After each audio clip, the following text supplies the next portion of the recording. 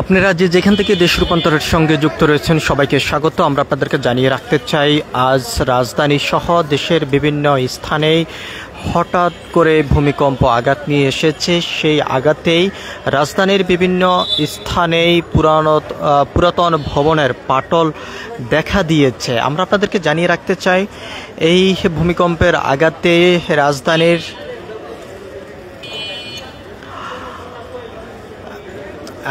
বংশাল এলাকায় সেখানে একটি বিল্ডিংয়ের রেলিং ভেঙে পড়ে ৩ জনের প্রাণহানির ঘটনা ঘটেছে।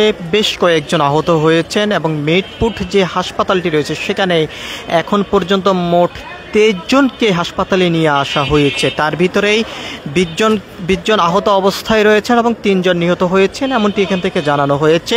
আমরা আপনাদেরকে জানিয়ে রাখতে চাই, রাজধানী ঢাকা সহ নরসিংদী বিভিন্ন স্থান থেকে অনেকে আহত হয়েছেন এবং আজ ঢাকা বিশ্ববিদ্যালয়ের বিভিন্ন পুরাতন ভবনের এই ভূমিকম্পের আঘাতেই বিভিন্ন ভবন ফাটল দেখা দিয়েছে, যার কারণে তাড়াহুড়া করে নামতে গিয়ে অনেকে আহত হয়েছেন। বেশ কয়েকজন শিক্ষার্থী ভবন থেকে লাফিয়ে নিচে পড়েছেন, এমনটিও কিন্তু আমরা জেনেছি। এবং নরসিংদীতেই ওমর নামে 10 বছরের এক শিশু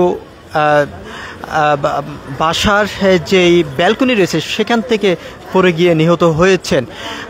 শুধু রাজধানী ঢাকা নয়, বিভিন্ন স্থানেই এবং নরসিংদীতেও ৩ জন নিহত হওয়ার ঘটনা আমরা জানতে পেরেছি। মোট এখনও পর্যন্ত সারা বাংলাদেশে কতজন এই ভূমিকম্পে প্রাণহানির ঘটনা ঘটেছে সে বিষয়টি এখনও পর্যন্ত সুনিশ্চিত কোনো তথ্য পাওয়া যায়নি। ঢাকার বিভিন্ন স্থানে পুরাতন অনেক ভবন ফাটল দেখা দিয়েছে। সে সমস্ত বিল্ডিংগুলো রাজুক থেকে শুরু করে ফায়ার সার্ভিসের কর্মীরা তারা তদন্ত করে যাচ্ছেন। যারা নিহত হয়েছেন এখনও পর্যন্ত পুরান ঢাকায় মোট ৩ জনের সংখ্যা আমাদেরকে জানানো হয়েছে। তবে তার ভিতরে আমরা আপনাদেরকে একটু জানিয়ে রাখতে চাই, স্যার সলিমুল্লাহ মেডিকেল কলেজের একজন শিক্ষার্থী ঘটনাস্থলেই নিহত হয়েছেন, এমনটি কিন্তু জানিয়েছেন এবং তার মা স্যার সলিমুল্লাহ মেডিকেল কলেজ হাসপাতালে চিকিৎসাধীন অবস্থায় আছেন, তিনিও আহত হয়েছেন, এমনটি এখান থেকে জানানো হয়েছে। আমরা আপনাদেরকে সরাসরি স্যার সলিমুল্লাহ মেডিকেল কলেজ মিটপুট হাসপাতালের সামনের থেকে সরাসরি যুক্ত হয়ে দেখানোর চেষ্টা করছি। সকাল 10:30টার সময় এই ভূমিকম্প আঘাত নিয়ে আসে, যার পয়েন্ট ছিল 5.7, প্রায় 30 থেকে 32 সেকেন্ড পর্যন্ত এই ভূমিকম্প পুরো রাজধানীকে আতঙ্ক বিরাজ করে দিয়েছেন। আমরা অনেকের সঙ্গে কথা বলছি, তারা যেমনটি জানিয়েছেন যে এরকম ভূমিকম্প আর কখনই দেখেননি, তবে হঠাৎ করে ভূমিকম্পের আঘাতে অনেকটা আতঙ্ক বিরাজ করেছে সবার মাঝে এবং রাজধানীর বিভিন্ন ভবন থেকে অনেকেই তাড়াহুড়া করে নিচ্ছেন। আমার সময় গুরুতর আহত হয়েছেন বেশ কয়েকজন, এখনও পর্যন্ত মেডিকেলে চিকিৎসাধীন অবস্থায় রয়েছে। তবে সব থেকে আজকে বড় যে আলোচনা রয়েছে রাজধানীর ভূমিকম্পকে ঘিরে, বংশাল যেই কসাইটলি যেই গলি রয়েছে সেখানে 7 তলা একটি ভবনের সর্বশেষ উপরের যেই ছাদটি রয়েছে সেখানকার রেলিং ভেঙে পড়ে ঘটনাস্থলে 3 জনের প্রাণহানির ঘটনা ঘটেছে এবং বেশ কয়েকজন আহত হয়েছেন।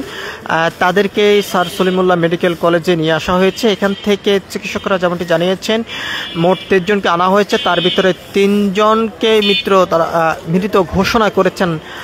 তার ভিতরে 20 জন আহত অবস্থায় চিকিৎসাধীন অবস্থায় রয়েছেন এবং 2 জনকে উন্নত চিকিৎসার জন্য ঢাকা মেডিকেলে পাঠানো হয়েছে, এমনটি এখান থেকে আমাদেরকে জানানো হয়েছে। আমরা আপনাদেরকে একটু সরাসরি দেখানোর চেষ্টা করছি। আমরা অনেকের সঙ্গে কথা বলছি, তারা যেমনটি জানিয়েছেন, তারা যেমনটি বলেছেন এরকম ভূমিকম্পের কারণেই রাজধানীর বিভিন্ন গুরুত্বপূর্ণ স্থানে যে সমস্ত পুরান ভবন রয়েছে যে কোনো মুহূর্তে বড় ধরনের প্রাণহানির ঘটনা ঘটার সম্ভাবনা রয়েছে। তার পাশাপাশি আমরা আপনাদেরকে জানিয়ে রাখতে চাই, গাজীপুরে বিভিন্ন পোশাক যে সমস্ত কারখানাগুলো রয়েছে যে সমস্ত কারখানাগুলো রয়েছে